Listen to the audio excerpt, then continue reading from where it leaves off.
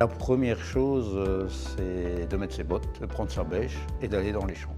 Parce que la nature, elle nous dit beaucoup de choses, mais pour comprendre, il faut l'observer, il faut regarder, il faut fouiner, il faut fouiller.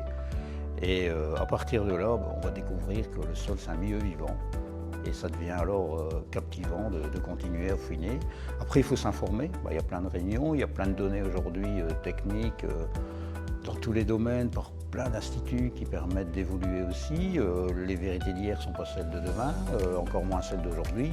Et il y a tellement de choses encore à découvrir dans nos sols et surtout au niveau du fonctionnement de nos sols que c'est un gros boulot. Donc rester ouvert, ne pas avoir d'hésitation, ne pas avoir de barrières et puis savoir accepter ses erreurs aussi parce que de temps en temps on en fait.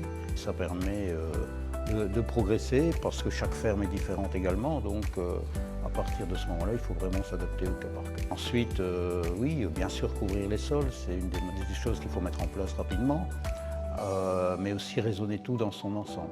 Il n'y a pas une recette miracle, donc chaque fois, il faudra adapter d'une année à l'autre, d'une exploitation à l'autre, en fonction de tout ce qu'on a à disposition sur l'exploitation.